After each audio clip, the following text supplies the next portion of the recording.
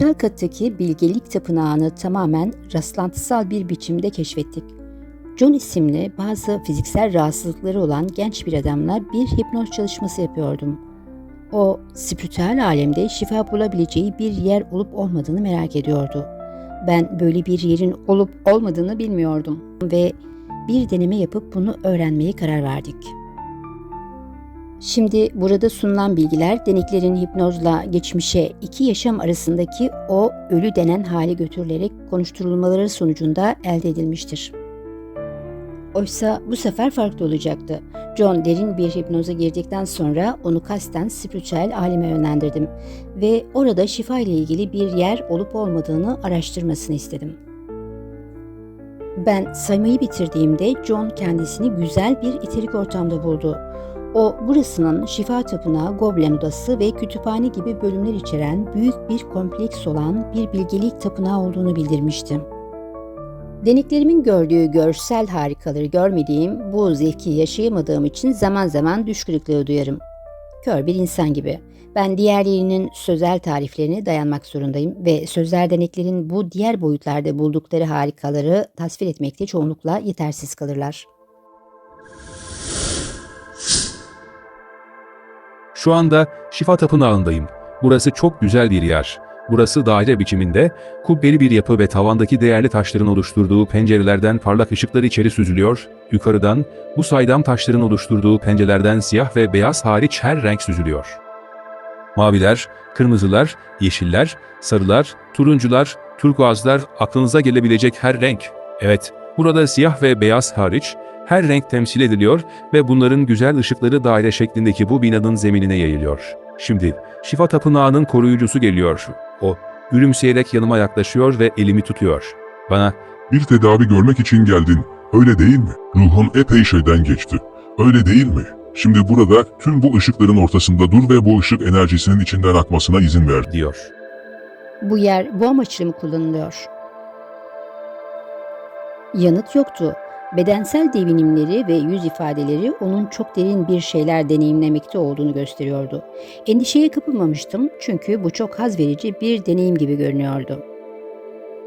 Şimdi ne olduğunu söyleyebilir misin? Hala yanıt yoktu. Kendini tamamen yaşadığı o deneyime kaptırdığı belliydi. Bedeni birkaç kez şiddetle sarsıldı. Birkaç saniye sürdü. Bu nasıl bir duygu veriyor? Çeşitli ışıklar etrafında dönüyor. Beni hissediyor ve temizliyorlar. O yüzden konuşamıyorum. Her şeyin yolunda olduğundan emin olmak istemiştim de. Bu güzel bir duygu mu veriyor? Ah, adeta bir vecd hali.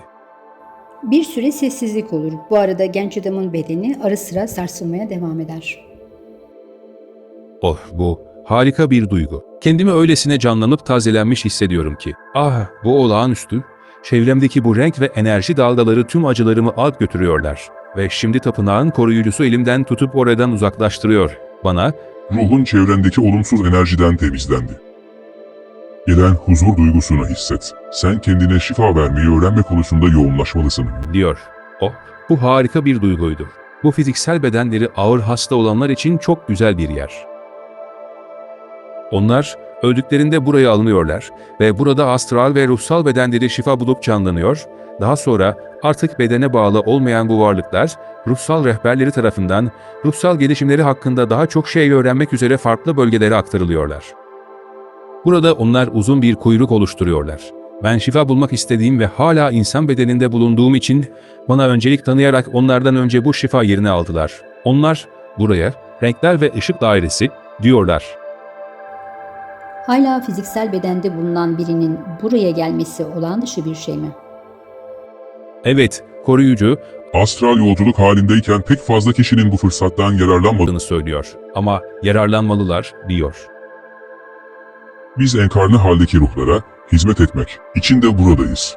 Eğer gelmek isterlerse onları buyur etmekten mutluluk duyarız. Çünkü tüm bu şifaya daima bir sevgi enerjisi eşlik eder. Burası harikulade, sevgi dolu bir yer. Burası bir hastaneye asla benzemiyor. Burası güzel bir tapınak gibi. Daire biçimindeki kubbeli bu yapının üzerinde değerli taşlardan oluşan pencereler var. Onlar 5-6 kadem boyunda ve farklı renkte taşlardan oluşuyorlar. Işık onların içinden geçip bu dairenin merkezine akıyor ve enerji etrafınızda bir girdap gibi dönüyor. İşte ben oradaydım. Bu olağanüstü bir duygu. Şimdi bu koruyucu bana sana sağlığınla ilgili birkaç şey söyleyeceğim, diyor. Daima olumlu bir duygu taşımak, olumlu düşünceler barındırmak çok önemlidir. Ve senin ruhsal görevinin diğer insanlara hizmet ve yardım etmek olduğunu da bilmelisin. Johnny, sağlığın konusunda da endişelenme, olumlu enerjin sayesinde onlardan kurtulacaksın. Eğer fazla kilolardan kurtulmak istiyorsan, olmak istediğin biçim üzerinde odaklan. Çok geçmeden gelirsin. Ama bu konuda konsantre olman önemli. Alkol ve sigara ruhsal gelişmen için yararlı değildir. Bu yüzden bunları eninde sonunda hayatından çıkarmak zorundasın. Bedenine giren bu enerjilerle gelişemezsin. Çünkü onlar fiziksel ve ruhsal bedenlerine acı verirler. Zamanla, eğer istiyorsan, ruhunun sahip olduğu tüm doğal ve güzel şeyleri ortaya çıkaracak, tezahür ettireceksin. Doğru enerjileri kendine çekeceksin. Bu yüzden sağlığın konusunda tasalanma. Çünkü gereken şifayı aldın. Bu tapınağa tekrar gelmek istersen, sadece burada olmayı dile ve burada olacaksın. O gerçekten sevgi dolu bir varlıktı. Beni içtenlikle kucaklayarak, "Şimdi artık buradan ayrılmalısın," dedi. Ayrılmadan önce ona kuyrukta bekleyen o varlıklarla ilgili bir soru sormak istiyorum. Bu insanlar çeşitli hastalıklar yüzünden mi ölmüşler? "Evet," diyor. Bunlar çok uzun süren hastalıklardan sonra ölen insanlar. Ayrıca içlerinde ölmeden önce muazzam acı çekmiş insanlar da var. Onlar kanser gibi hastalıklardan, araba kazası gibi şeylerden ölen insanlar. Aslında onlar gerçekten bir kuyruk oluşturmamışlar. Evet, bir düzen duygusu var ama onlar birbiri ardına sıralanmamışlar. Ancak her biri sırayla bu ışık enerjisi dairesine giriyor. Onları buraya rehberleri mi getirmiş? Aralarında rehberler de var. Aslında bazıları buraya kendi aile üyeleriyle birlikte gelmişler. Bunlar öldüklerinde onları karşılamaya gelen aile üyeleri mi? Evet, aileleri onlara buraya kadar eşlik etmişler. Onların başka yerlere gitmelerine izin verilmeden önce burada temizlenmeleri ya da şifa bulmaları mı gerekiyor? Evet, geçirdikleri şey çok acı olduğundan bu şifa işlemine ihtiyaçları var. Ve bu aleme geçtikten sonra yapılması gereken ilk iş bu oluyor, öyle mi?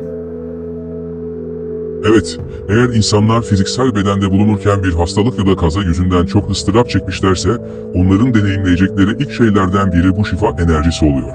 Çünkü bu hastalıklar ya da kazalar onların eterik bedenlerinde de hastalık ya da olumsuzluk yaratıyor. Bu yüzden onların astral aleme girip bu düzeyde çalışabilmeleri için önce eterik bedenlerinin şifa bulması gerekiyor. Bu, o insanlar için çok önemli bir yer. Onlar bu dairenin ortasına yerleştiriliyorlar ve tüm o ışınlar gelip onları kuşatıyor. Etraflarında bir girdap gibi dönüyor ve eterik bedenlerindeki tüm olumsuzluğu alıp götürüyor. Sonra onlar aileleri ve rehberleriyle birlikte dünyanın değişik bölgelerine gidiyorlar. Daha önce bu şifa tapınağı hakkında bir şey duymamıştım. Bu bilgi için kendisine teşekkür ederim. O şimdi gülümsüyor ve "Ben burada daima hizmetinizdeyim," diyor. Bu benim görevim, benim hayatım, benim varoluşum. Hayat değil, varoluş. O son derece sıcak, parlak, sevgi dolu bir enerji, dokunuşu ise büyüleyici, sanki bir annenin çocuğunu sevgiyle kucaklayışı gibi. Böyle bir sevgi hissediyorsunuz. O, burasının enkarne halde olsunlar olmasılar, tüm ruhlar için uygun bir yer olduğunu, bu şifa yerinin herkese açık olduğunu söylüyor. Psikik şifa güçlerini kullanan birçok kişi bu imgeyi projekte etmeli çünkü onlar burada şifa bulabilirler. Johnny, buna tanık olduğuna ve içinde yer aldığına göre, bunu diğer insanların da kullanmaları için onlara tarif etmen önemli. Diyor. Bu, Dolores'in de insanların şifa bulmaları için kullanabileceği harika bir gereç, o, insanları hipnoz yoluyla bu şifa tapınağına yönlendirebilir. Burada işi biz devralıp yardım edebiliriz. Bu Dolores'in kullanabileceği olağanüstü bir hizmet olur. Ve böylece o da gelişecektir. Bu onun sana mesajı Dolores. Bunun için ona şükranlarımı sunuyorum. Buraya kimlerin gelip gelmeyeceği ile ilgili bir kural var mı? O, eğer bu yolculuğu yapmaya gönüllüyseler, tüm ruhlar buraya gelebilir, diyor. Ancak Herkes bunu yapacak kadar istekli ya da yeterince gelişmiş değil. Ama Eğer şifa bulmayı arzu ediyorlarsa biz hizmete hazırız. Olumsuzluk düzeylerine bağlı olarak zaman içinde buraya tekrar gelmeleri gerekebilir. Ama bir kez burada tedavi gördükten sonra çoğu ruh yoluna devam edecektir. Buraya geri dönmeleri onlar için önemli olmadıkça genelde buraya geri dönmek istemezler. Ruh kendisi için neyin en iyi olduğunu bilir. Kimse bu enerjiye bağımlı hale gelmez. Onlar şifa bağımlılar olmazlar. O halde eğer trans halindeyken bir insanı buraya yönlendirirsem, o eğer istiyorsa bu işlemle şifa alabilir. O, Eğer meditatif ya da hipnotik bir hale girerek bizimle uyumlanırsanız, biz hizmet etmek üzere buradayız. Çünkü bizim enerjimiz budur. diyor, hey, burada gerçekten harika bir yer, altından bir yer var. Tüm duvarlarda güzelim altın desenler görülüyor. Bu şifa tapınağından ayrı bir yer mi? Hala şifa tapınağındayız. Bu koruyucu varlıkla konuşurken bir yandan da etrafta geziniyoruz. O bana farklı ışın enerjilerini ve onların nasıl geldiklerini gösteriyor. Bu sanki bir mücevher kutusunun içinde olmaya benziyor. Olağanüstü bir şey, tapınak yapısının büyük bölümü elektrikli bir altın renk yayıyor. Yani o gerçek bir şifa rengi ve sanki duvarların içine bir telkari süsleme işlenmiş gibi. Duvarlara opaller ve değişik tipte değerli taşlar yerleştirilmiş. Ama bunların en önemlileri tavandaki, ışığın geldiği pencerelerde bulunan mücevherler. Buraya girmemize ve sizin şifa almanıza izin verdiği için kendisine teşekkür ediyorum. Artık buradan ayrılmak istiyor musunuz? Evet, o kucakladı ve hoşça kal dedi. Bu varlığından haberdar olunması gereken çok önemli bir yer. Orada varlığından habersiz olduğumuz böyle birçok yer olmalı. Siz tüm bu yapıların bir kompleksin bir parçası olduğunu söylemiştiniz. Acaba burada bir tura çıkıp daha neler olduğunu görebilir miyiz? Pekala, koruyucu bana Goblen odasının önemli olduğunu söylüyor ve gitmem gereken yönü gösteriyor.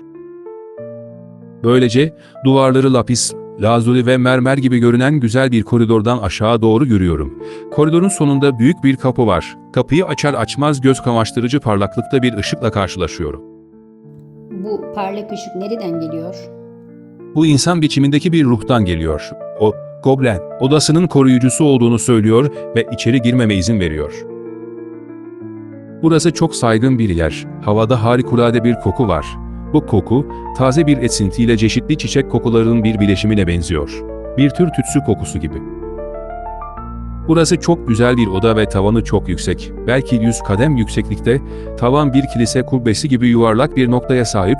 Hem tavanda hem de duvarlarda pencereler var. Onlar epey yüksekte bulunuyor ve odayı aydınlatıyorlar. Duvarlar ve zemin mermerden yapılmış gibi görünüyor. Ve Goblin'in karşısındaki farklı aralıklarda bir grup sandalye ve masa gibi ağır eşya var. Onlar ne çağdaş ne de antika eşya ama çok işlevsel ve rahat görünüyorlar. Koruyucu bana bazen öğretmenlerin bu Goblin'in harikalarını ve şaşırtıcı karışıklığını öğrencilerine açıklamak üzere onları buraya getirdiklerini söylüyor. Sanki insanların gelip bu Goblin'i inceleyebilecekleri özel bir müzede gibiyim. Bu Goblin metal ipliklerden dokunmuş ve çok muhteşem. Bu iplikler ışıltıyla parlıyorlar ve o sanki soluk alıp veriyor. O sanki canlı, gerçekten canlı. Yani o dalgalanıyor ve kıvılcımlar saçıyor. Bazı iplikler parlıyor, diğerleri ise donuk. Bu Goblin'i tarif etmek çok zor. O gerçekten bir canlıya benziyor.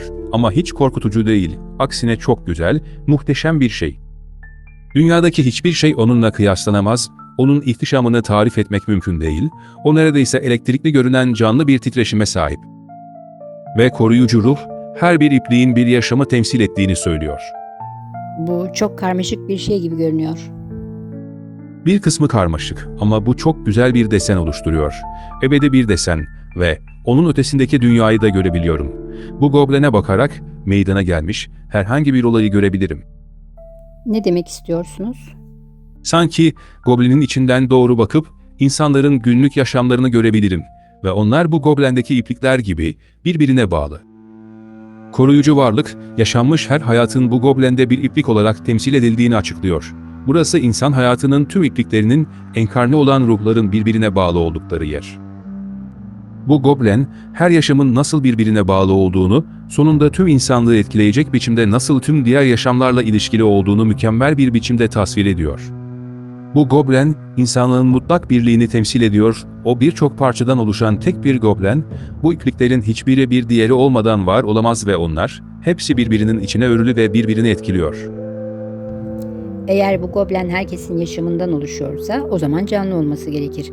Koruyucu bizim bu goblene bakmamıza karşı çıkar mı? Hayır, bizim bir amacımız olduğunu biliyor. Buyurun, lütfen ona bakın ama çok derinlemesine bakmayın. Ben sizin diğer insanların yaşamlarına bakmanızı istemiyorum. Çünkü bu bilginin yayılması onların gelişimine zarar verebilir, diyor. Bu dev bir goblen en az 20-25 kadem boyunda görünüyor. En iyisi sanki sonsuza dek uzanıyor. Onun başından sonuna kadar yürümem saatler alabilir. Belki 1 mil, belki daha da öteye uzanıyor olmalı. O sol taraftaki duvar boyunca uzanıyor ve pencerelerden gelen ışık onun üzerinde parlıyor. Ama bir nokta var ki ondan daha ileriye gidemiyorum. Neden? Goblenin koruyucusu, bunun tüm varlıkların ruhsal gelişim düzeyine bağlı olduğunu söylüyor. Ancak ruhen yeterince gelişmiş varlıklar, Goblenin bu bölümüne geçebiliyorlar. Sanki burada bu noktanın ötesine geçmeyin diyen küçük bir işaret var. Fakat bu bir işaretten çok ancak bu noktaya kadar yürüyebileceğimi belirten bir his. Sanki şu anda yaratılmış en güzel sanat eserine bakıyorum.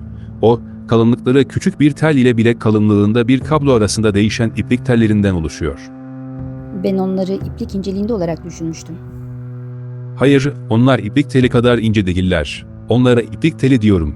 Çünkü onlar birbirine örülüler. Birlikte dokunmuşlar. Ama bu iplikler çok değişik kalınlıklarda.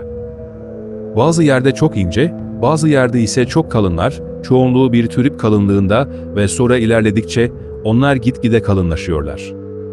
Burada çeşitli renklerde iplikler görünüyor. Yeşiller, maviler, kırmızılar, sarılar, turuncular ve siyahlar. Evet, az sayıda da olsa siyah iplikler görünüyor. Siyahlar belirgin bir biçimde ortaya çıkıyorlar. Çünkü onlar diğer renkler kadar ilerilere uzanmıyorlar. Bu garip. Bu renklerin bir önemi var mı? Bunu koruyucuya soruyorum bu, Evet, onlar tüm ruhların ruhsal enerjisini temsil ediyorlar. diyor. Peki daha parlak renklere kıyasla daha koyu renklerin anlamı ne? O, Daha koyu renkler gerçekten bir öneme sahip değiller, siyah renkler ise özeldir. Çünkü bu ruhlar çok olağan dışı bir yol seçmişlerdir. diyor. Ben koyu renklerin daha olumsuz yaşamları temsil ettiklerini düşünmüştüm. Hayır, o, bu goblende hiçbir olumsuzluğun bulunmadığını söylüyor. Siyah renkler sadece olağan dışı bir tezahür yolunu seçmişler. Ama o, Bunu sorgulamayın. Bunu şu anda bilmeniz gerekmiyor. Siz buraya başka bir amaçla geldiniz. diyor. Evet, birkaç soru sormak istiyorum. Siz orada öğrencilerine bu goblen hakkında bilgiler veren öğretmenlerin de bulunduğunu söylediniz. Onlar burada geçmiş yaşamlarının modelini de görebilirler mi? Evet, şu anda bir öğretmen-öğrenci grubuna bakıyorum. Öğretmenin üzerinde güzel bir giysi ve yüzünde çok yardımsever bir ifade var. O birkaç varlığa, geçmişte ve o sırada neler olduğunu gösteriyor. O, bu goblen hakkında bilgi veriyor ve farklı desenlerin anlamlarını açıklıyor.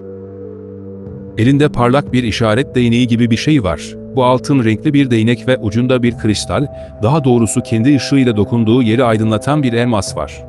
O, goblendeki bir ipliği işaret ediyor ve o iplik hemen aydınlanıyor. O, yaşamlarla ilgili farklı özellikleri, insanların nasıl geliştiklerini ve hangi noktaya kadar gelişmeleri gerektiğini işaret ediyor. Öğrenciler ise kalem ve kağıtla değil ama kafalarıyla not alıyor gibiler. Yani o bu öğrencilere gelecek yaşamları ile ilgili kararlar verebilmeleri için geçmiş yaşamları ile ilgili açıklamalar mı yapıyor? Evet, sanırım onlar burada geçmiş yaşamlarını inceleyip, kendi ipliklerinin bu yaşam goblenine nasıl örüldüğünü anlamaya çalışıyorlar. Bu kadim insanların akaşik kayıtlar dediği şey. Şaşırmıştım. Bunlar ancak gelişkin ruhların anlayabilecekleri akaşik kayıtlar. O, kayıtların bir kısmının kitap halinde saklandığını ama bunların o kadar gelişmemiş ruhlar için olduğunu söylüyor. Anlamayarak, o halde herkesin bu goblende bir ipliği yok, öyle mi? Hayır, tüm yaşam bu goblende bir ipliğe sahip ama yalnızca gelişkin ruhlar bu goblen kavramını anlayıp buradaki bilgiye girebilirler. Daha az gelişmiş ruhlar ise akaşik kayıt kitaplarına bakabilirler. Bunu bir çocuğun bir üniversite kütüphanesine gitmesine benzetebiliriz. Oysa o bunun yerine yerel bir kütüphanenin çocuklar bölümüne gitmelidir. O halde onlar buraya gelseler bile gördükleri şeyden bir şey anlamayacaklardır. Doğru, onlar bunu anlamayacaklardır. O bu boyutun da üzerindeki yüksek boyutlara uzanır. Bu goblen en sonunda tüm parlaklığıyla Tanrı katında son bulur. O, bu muhteşem ışığa götürür. Bu koruyucuya şu anda enkarne halindeki birçok insanın bu gobleni görmeye gelip gelmediğini sorabilir misiniz? Yoksa bizim burada bulunmamız olağan dışı bir şey mi? O, kaç insanın buraya geldiğini bilseniz şaşıracağınızı söylüyor. Birçokları onu bir sanat eseri olarak görmeye geliyormuş.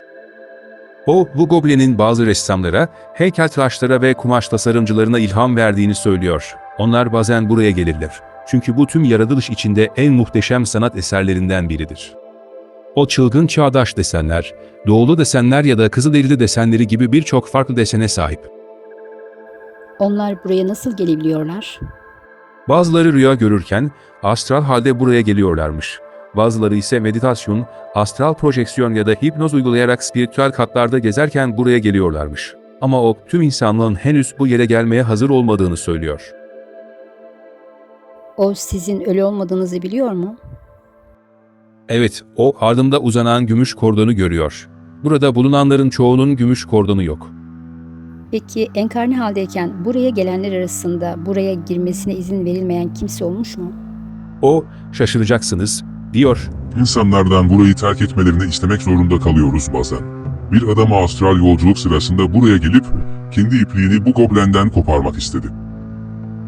Bunun varoluşunu sona erdirecek en iyi yol olduğunu düşünmüştü. Bu adam bir tür bunama içindeydi ve o sırada spiritüel katta bulunduğunu fark etmemişti. Büyük bir karmaşa içindeydi. Onu geri göndermek zorunda kaldık. Şu anda bir akıl hastanesinde ve çok kolayca trans haline girdiği için bunu engellemek üzere kendisine ağır dozda yatıştırıcılar veriliyor. Ama o buraya gobleni ya da kendi ipliği sandığı ipliği yok etmeye gelmişti. Aslında bu onun ipliği bile değildi.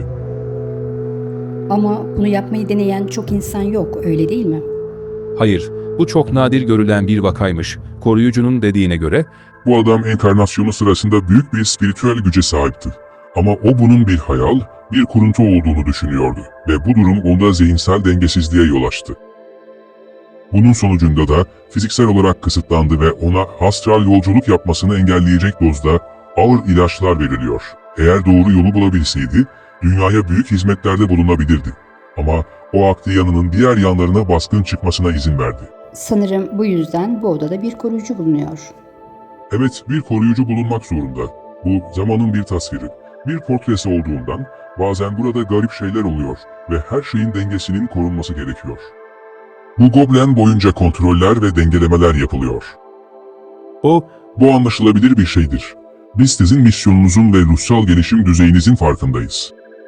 Ben burada hepinize hizmet etmek üzere bulunuyorum. diyor. Biz bu bilgiyi olumlu bir biçimde kullanmaya çalışıyoruz. Eğer olumsuz biçimde kullanacak olsaydık buraya gelmemize izin verilir miydi acaba? O, Hayır, burada hiçbir şey gizlenip saklanamaz. Biz sizin güdülerinizi sizden daha iyi biliyoruz. diyor. Buradan ayrılmadan önce John, o goblende görmek istediğiniz başka bir şey var mı? Şimdi kendi ipliğimi görüyorum. O bu goblen boyunca yer yer gümüş ve bakır renginde görünüyor. Goblenin koruyucusu artık oradan ayrılma zamanımın geldiğini söylüyor. Bu bilgiye ihtiyacın yok, diyor. İleride bakabilirsin ama şimdi değil. O, ruhsal gelişimin konusunda bir şeyler söylüyor. Ve bir anlamda beni bu konuda göreve çağırıyor. O, benim parlak bir ışığa sahip olduğumu ama onun donuklaşmasına izin verdiğini söylüyor. İşte bu yüzden dünya okuluna geri dönmem gerekiyormuş. Ki durumu düzeltebilirsiniz. Evrensel yasaları ve sevgiyi anlayarak ışığımı geri kazanabilirim. İnsan, dünya okulunda diğer boyutlara göre daha hızlı bir biçimde gelişiyor. Onun size bunları söylemesi karşısında neler hissediyorsunuz? Biraz utanıyorum. O çok haklı tabii. Sorumluluklarımdan kaçıyordum. Bu yüzden de yeniden enkarna olmam gerekiyordu. Ama o bana bu sözleri sert bir öğretmen edasıyla değil, sevecen bir biçimde söylüyor. Şimdi kucaklıyor ve bundan sonraki misyonumda başarılar diliyor. İçimden gelen isteğe direnemeyip benim ipliğim de oralarda bir yerde mi diye soruyorum. Evet, sizin ipliğinizi de görüyorum. Sizin ipliğiniz giderek güçlenen bir parlak ışıltılı bakır renginde. O küçük bir iplik olarak başlayıp giderek büyüyor ve diğer birçok ipliği de etkiliyor. Bu goblen gerçekten büyülü, koruyucu, şimdi bana basamakları gösteriyor ve neden aşağı kadar yürüyüp orada neler olduğuna bir bakmıyorsunuz, diyor. Sanırım bu kadar meraklı olmamanız gerekiyor. Evet, o şimdilik yeterince şey gördünüz diyor. Sanırım geleceğimize pek fazla bakmamamız gerektiğini ima ediyor. Bu makul bir şey. Çünkü eğer başımıza neler geleceğini bilseydik, yapmayı planladığımız birçok şey yapmaz ve sonuçta alacağımız dersleri de almamış olurduk. Pekala, artık oradan ayrılalım mı? Evet, Goblen odasından çıkıp merdivenden aşağı iniyorum. Şimdi bilgelik tapınağının içindeyim. Büyük hol boyunca yürüyorum. Duvarlarda zümrüt, yakut, perido ve kristal gibi değerli taşlar varmış gibi görünüyor. O kadar güzel ki çok parlak ve kutsanmış bir yer görünümünde burası. İnsana adeta huşu veriyor. Az ileride kütüphane var. Şimdi oraya giriyorum. Raflarda ve kaplarda yine değerli taşlar varmış gibi görünüyor ve onlar kendi ışıklarıyla parlıyorlar. Büyük bir çalışma salonundayım. Burada her konuda kitaplar ve parşömenler var ve raflarda her tür metin yer alıyor. İçeri güzel bir ışık akıp her yeri aydınlatıyor. Burası altın, gümüş ve değerli taşlardan yapılmış görünüyor ve bunların hepsi sizin rahatça bir şeyler okuyabileceğiniz şekilde ışık yansıtıyor. Tüm bina bu harikulade maddeden yapılmış görünüyor. Spiritüel alemdeki bu kütüphane bana yabancı bir yer değildi. Deneklerin vasıtasıyla burayı birçok kez ziyaret etmiştim. Birçok kişi oradan söz etmişti ve onların tarifleri birbirine aşağı yukarı uyuyordu. Bu kütüphanenin koruyucusu bana bilgi vermek konusunda daima istekliydi ve ben burada birçok konuda bilgi edinmiştim. Burası benim en gözde yerlerimden biri. Ben zaten içinde kitaplar, metinler bulunan her yerden hoşlanırım. Burada başka insanlar da var mı? Diğer bölümde insanlar var. Burası büyük bir yer, neredeyse bir katedral büyüklüğünde, orada ışık içinde parlayan bir varlık var. O, dünya okulu için hazırlanmaktan söz ediyor ve birkaç kişi de onu dinliyor. Diğerleri ya kendi aralarında gruplar oluşturmuşlar ya da sessizce yürüyüp kitapları ve metinleri farklı yerlere taşıyorlar. Sanki hepsi alim gibi çalışıyor. Burada herkesin bir amacı var ve ortalığa bir sükunet duygusu hakim. Her yeri dolduran bir müzik duyuluyor. Bu çok güzel bir müzik ve hafif bir biçimde duyuluyor. Burası çok güzel bir yer gibi görünüyor.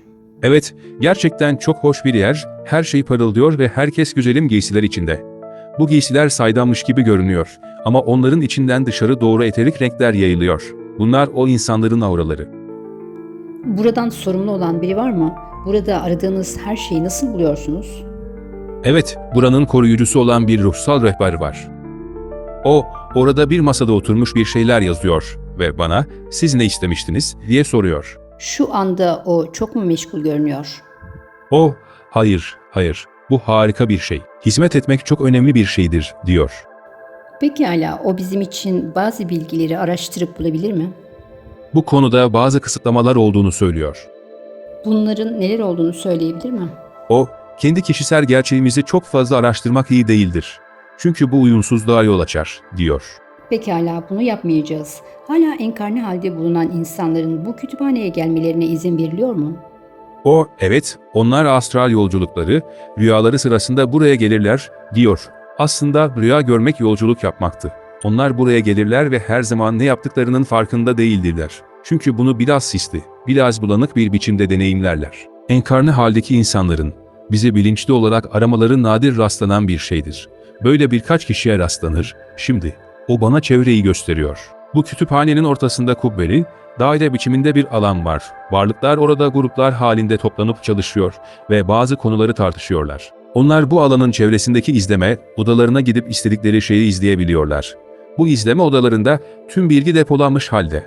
Ama bu bir bilgisayara benzemiyor. Burada varlıkların bilgisayarlara ihtiyaçları yok. Burada bilgi düşünce yoluyla aktarılıyor ve o bizim okuma yazma odasına gidebileceğimizi söylüyor. Burası okuma yapılan bir oda. Burada varlıklar istedikleri gibi okuyup yazıyorlar. Bu okuma yazma odası bu kütüphanede bulunan farklı bir bölüm mü? Evet, burası ruhen çok gelişmemiş varlıklara ayrılmış bir yer. Bunlar, bilgiyi kavrayabilmek için onu hala yazılı halde görmeye ihtiyacı olan, ortalama gelişkinlik düzeyindeki varlıklar. Onlar izleme odalarından bir şey anlamıyorlar öyleyse. Onları anlayabilirler ama onlar kitaplardan okuyarak öğrenmeyi seçiyorlar. Bu kütüphaneye kimlerin gelip gelmeyecekleri konusunda bir kısıtlama var mı? Hiçbir kısıtlama yokmuş ama düşük titreşimli enerjiye sahip ruhlar buraya adım atmakta çok zorlanırlarmış. Onlar bu bölgeden çekinir, hatta korkar ve bu yüzden de buraya gelmeye çalışmazlarmış. Onların bu bölgeden neden korktuklarını merak ettim. Koruyucu varlığın dediğine göre onlar daha önceki varoluşlarının birçok olumsuz niteliğini hala taşıyorlar.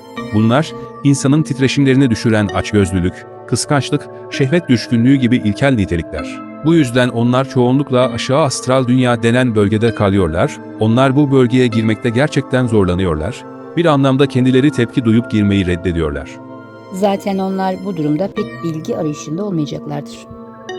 Biz burada onlara da hizmet etmek için bulunuyoruz, diyor. Aslında aşağı astral dünyada da bizim kütüphane şubelerimiz var. Ve bu merkezlerde gerçekten büyük varlıklar görev yapıyor. Ama onlar yine de buralara çok zor adım atıyorlar. Bu varlıklar hala fiziksel formdaki deneyimlerin peşindeler.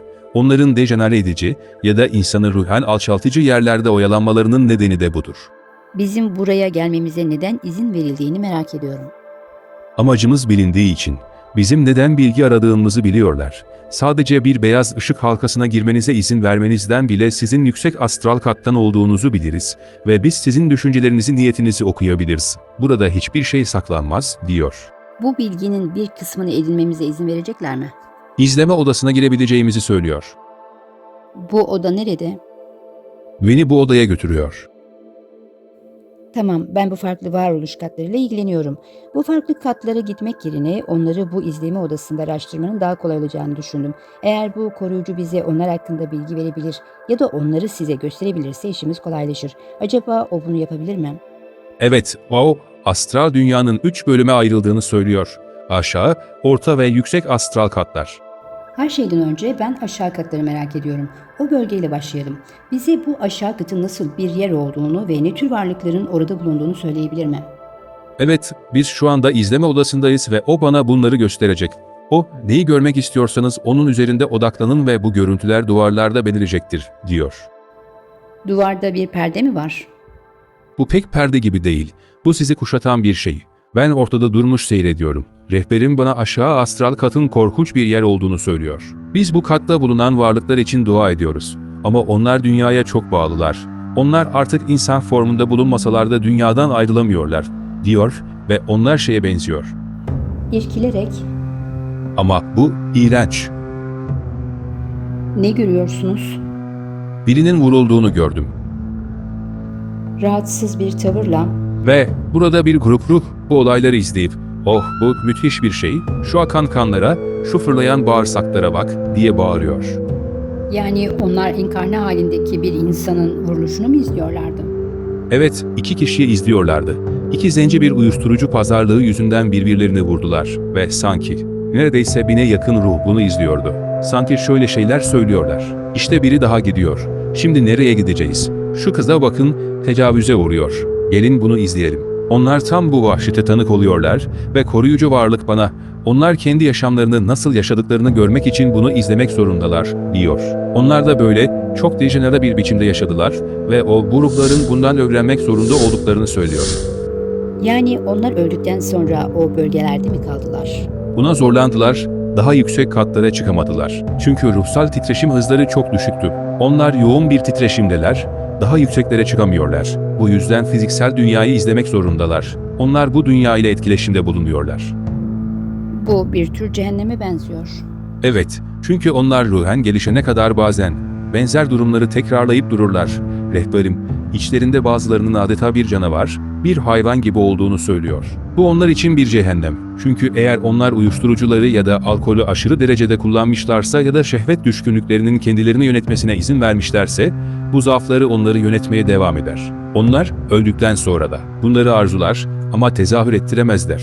İşte bu yüzden dünyadan ayrılmadan önce bu olumsuz alışkanlıkları bırakmak çok önemlidir. Aksi takdirde bu arzuları gittiğiniz yere birlikte götürürsünüz. Rehberim, örneğin burada sigara içmek isteyip de bunu yapamayan varlıklar var. Çünkü burada sigara yok. Bu yüzden onlar orada sigara içen insanların etrafında dolanıp duruyorlar. Aynı şey uyuşturucu kullanmış varlıklar için de geçerlidir. Onlar da uyuşturucu kullanan insanların etrafında dolanıp dururlar, diyor. Yani onlar geçişme yoluyla bazı duyumları elde etmeye mi çalışırlar? Evet, bu yüzden onların etrafında dolanıp dururlar. Yaşarken şehvet duygularının kendilerini yönetmesine izin vermiş ruhlar ise, genel ev gibi, şehvetin bolca yaşandığı yerlerde dolanırlar. Rehberim bunların aşağı astral katın sakinleri olduklarını söylüyor. Bu insanı hiçbir yere çıkarmayan bir kısır döngüye benziyor. Peki onlar bu kattan nasıl kurtulabilirler? Rehberim, işte bu yüzden insanların sevdikleri için dua etmeleri gerekir. Çünkü bu onların ışığı görmelerine yardımcı olur, diyor. Onlar kendi kişisel cehennemlerinde yaşamaktadırlar. Ama Artık bunu yeterince yaşadıklarını hissettiklerinde koruyucu ruhlar onların yardımına gelirler. Örneğin, benim yapamadığım şeyleri yapan tüm bu insanları izlemekten bıktım usandım dediklerinde rehberler gelip onlara kendileri için bir değişim yaratmanın yollarını gösterirler. Ancak yeniden enkarne olma zamanları geldiğinde onları bir işlemden geçiririz. Onları yeniden değerlendirilecekleri bir yer olan bilgisayar odasına götürürüz. Burada ne zaman enkarne olacakları ve bu enkarnasyonda ne tip dersler öğrenecekleri saptanır, onlara bu yaşamı nasıl elverişli bir biçimde kullanabilecekleri gösterilir. Ama tüm bunlar çok kısa bir süre sonra değişecek. Çünkü dünya artık gelişip bu ruhların barınamayacakları kadar yüksek bir titreşime geçmekte. Bu yüzden bu ruhlar başka gezegenlere aktarılacaklar. O zaman bu gezegenler bu olumsuzluğu mu barındıracaklar? Evet, çünkü bunlar hala gelişmekte olan gezegenler ve bu ruhlar buraya geri dönmeyecekler.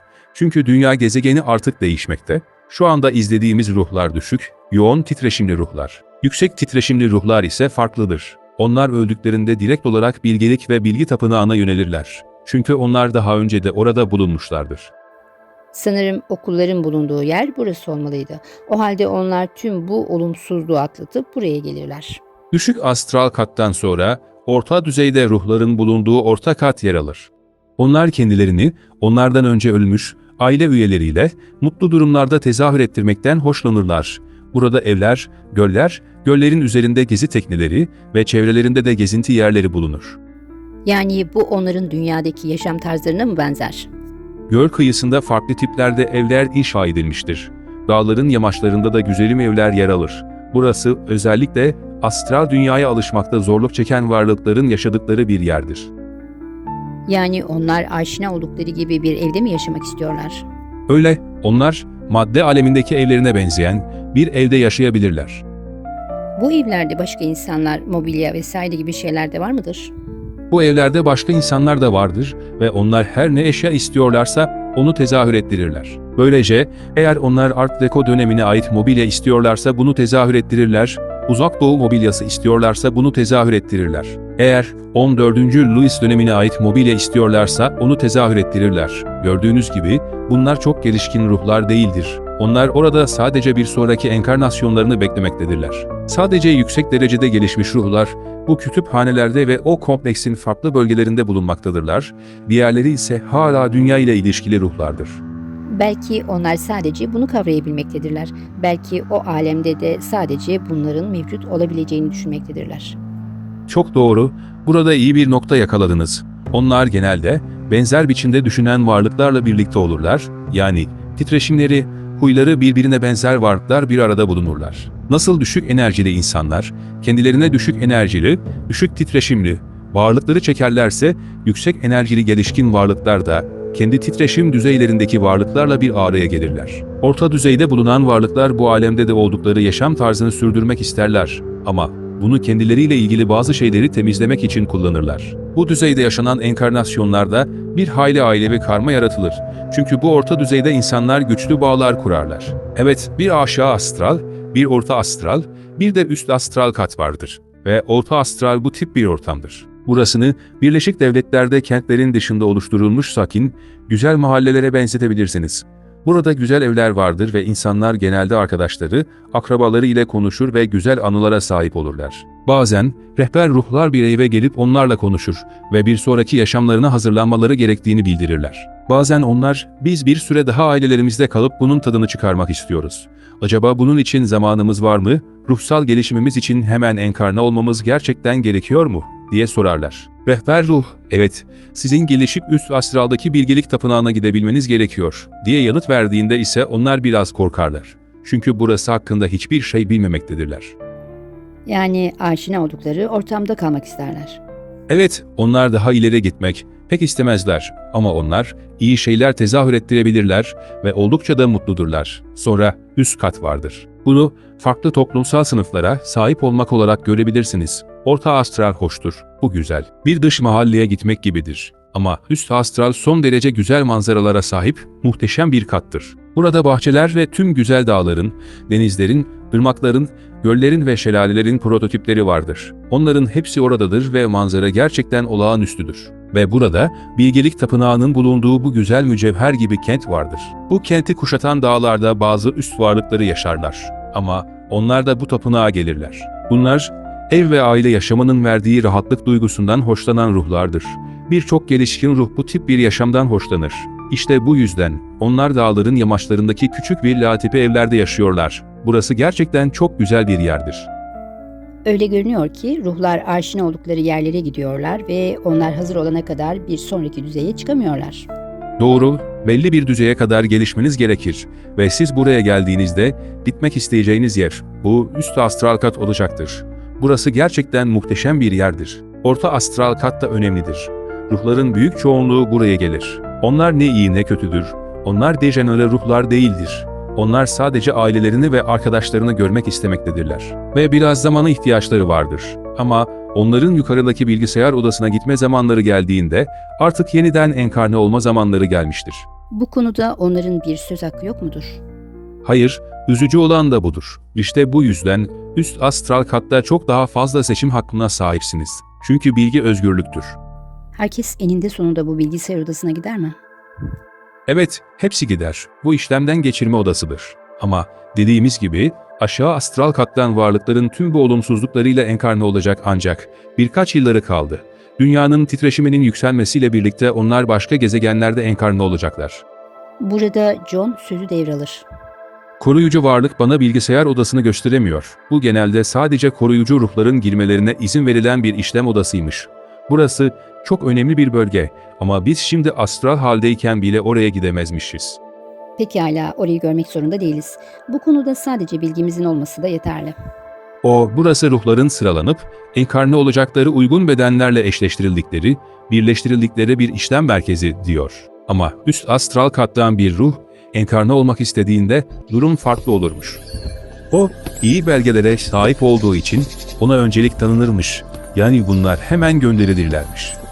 Peki insanların cennet kavramları bu astral katlardan birine uyar mı? O üst astral dünya çok güzel olduğundan burasının cennet olarak görülebileceğini söylüyor. Bu onların cennet kavramı mı? Hayır, cennet ve cehenneme inanan insanlar hala o ortalama anlayış düzeyinde orta astral katta bulunuyorlarmış. Hayır, onlara verilen şey bir cennet ya da cehennem değil. Onlara hoş bir dış mahalle görünümlü bir yerde bahçeli güzel bir ev veriliyor. Onlar bunu bekliyor ve bu yüzden de bu ortam buna benziyor. Peki bu rehberin size anlatabileceği başka daha yüksek katlar var mı yoksa bu son kat mı?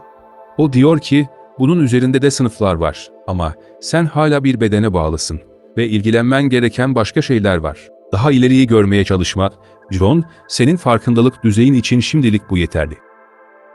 Bu yüksek katlara gittiğiniz zaman yeniden geri dönüp enkarne oluyor musunuz?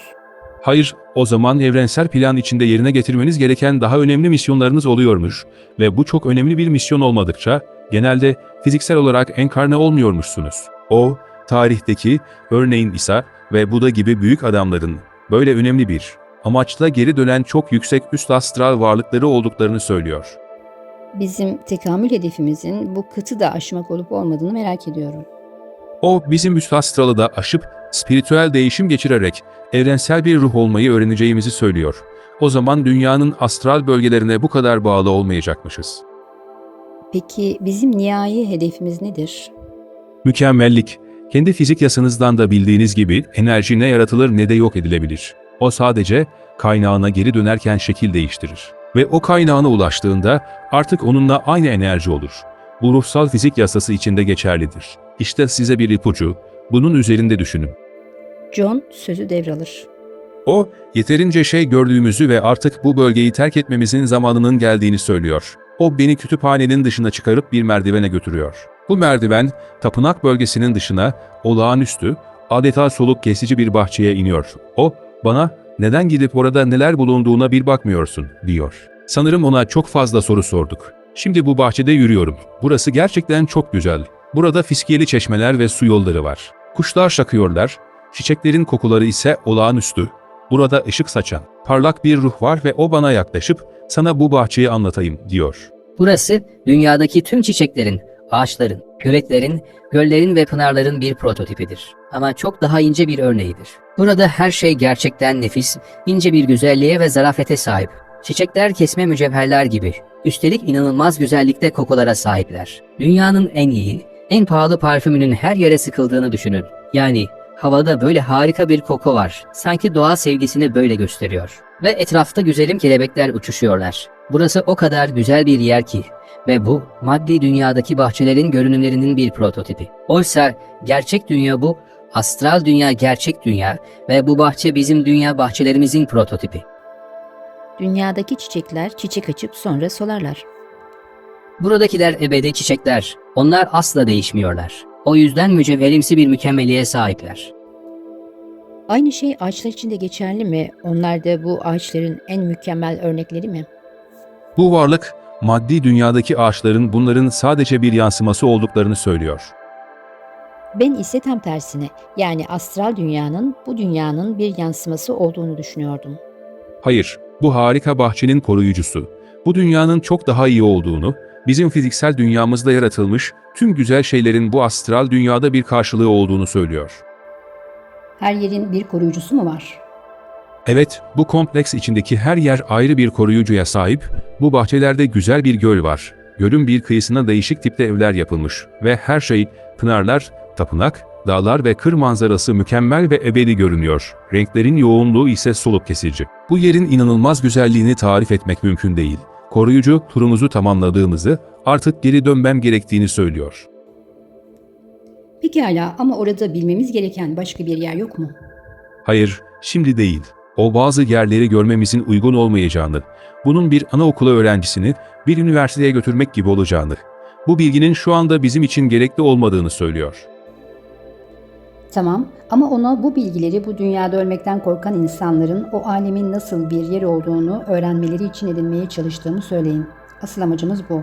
Eğer onlar bu konuda bilgili olsalar belki de hiç korkmazlardı.